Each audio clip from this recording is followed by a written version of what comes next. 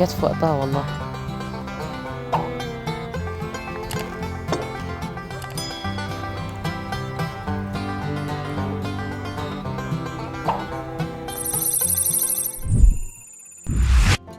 انتم عارفين ان الشوكولا المستخرجة من حبوب الكاكاو الناس عرفتها قبل الميلاد بحوالي 2000 سنة من خلال الشعوب اللي سكنت أمريكا الوسطى، بأن هي كانت بتطحن حبوب الكاكاو وبتضيف لها المية السخنة والتوابل الحارة. استمر الأمر كده لسنوات عدة، وفي عام 400 ميلاديا حضارة المايا أو شعوب المايا أطلقوا على المشروب ده اسم زوكولاتل، يعني الشراب المر، لحد ما جه شعوب الأزتك واللي سيطروا على مساحات شاسعة من أمريكا الوسطى. وفي القرن ال14 أضافوا بعض التركيبات للمشروب ده وحطوا عليه الفانيليا وبعض التوابل الأخرى، وبدل ما كانت الناس بتشربه سخن كمان أضافوا له المية الباردة وبقى مشروب سخن وبارد، واعتمدوه كمشروب رسمي في المناسبات الدينية. وبالمناسبة خلال السنوات دي المشروب ده كان محرم على النساء والأطفال لاعتقادهم إنه مشروب يعد من المشروبات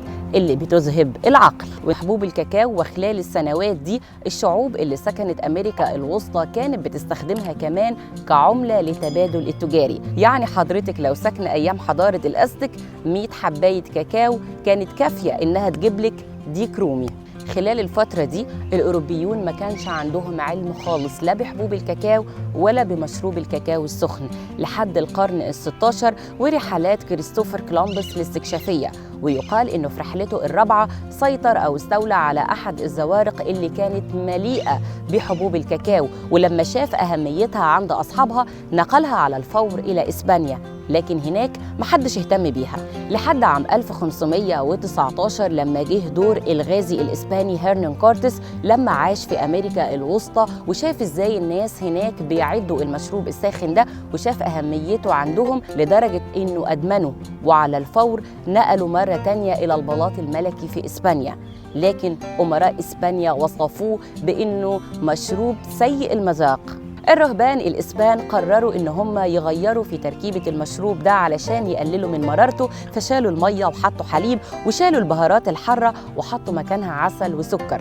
ومن يومها انتشر المشروب ده في كل أنحاء إسبانيا اللي قررت إنها تحتفظ بسره حوالي قرن من الزمن، لحد ما بنت ملك إسبانيا فيليب الثالث اتجوزت من ملك فرنسا لويس الثالث عشر عام 1615، وانتقل سر المشروب ده من إسبانيا إلى فرنسا ومنها إلى كل أوروبا اللي كانت حريصة على زراعته. بيقال إن بريطانيا كانت حريصة على جلب الحبوب دي وزراعتها في مستعمراتها تحديداً اللي في أفريقيا.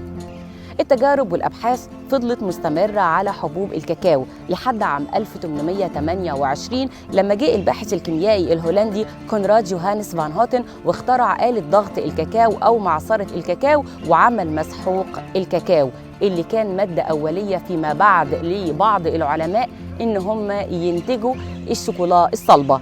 كمان فان هوتن بيعتبر صاحب الثورة الحقيقية في علم صناعة الشوكولا، لأنه هو أضاف لخليط الشوكولا بعض الأملاح القلوية علشان يقلل من مرارتها، وبعد كده زاد إنتاج الشوكولا بكميات كبيرة وده أدى لخفض سعرها وبقت في متناول الجميع.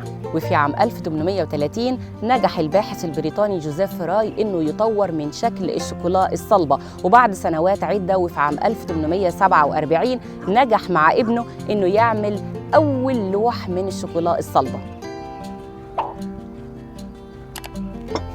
وإلى اليوم في ماركات وشركات شوكولا كبرى لها تاريخ طويل في صناعة الشوكولا. مثلا شركة كادبوري بيقال إن عام 1868 كانت بتعود لمالكها ريتشارد كادبوري اللي نجح في إن هو يغذي السوق في بريطانيا بأول علبة لمكعبات الشوكولا الصغيرة. والشوكولا بالحليب هي كمان لها قصة كبيرة، وإن الباحث الفرنسي دانيال بيتر عمل أبحاث لسنوات عدة على كيفية عمل قالب الشوكولا بالحليب.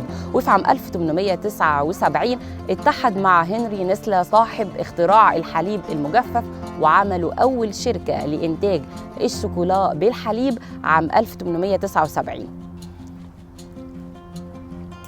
كمان ما ينفعش أبدا إننا ننسى إننا نتكلم عن سويسرا اللي كانت رائدة في تطوير صناعة الشوكولا علشان تدوب في البق من خلال اختراع آلة تسخين الشوكولا وإضافة زبدة الكاكاو بطريقة تخلي الخليط متجانس.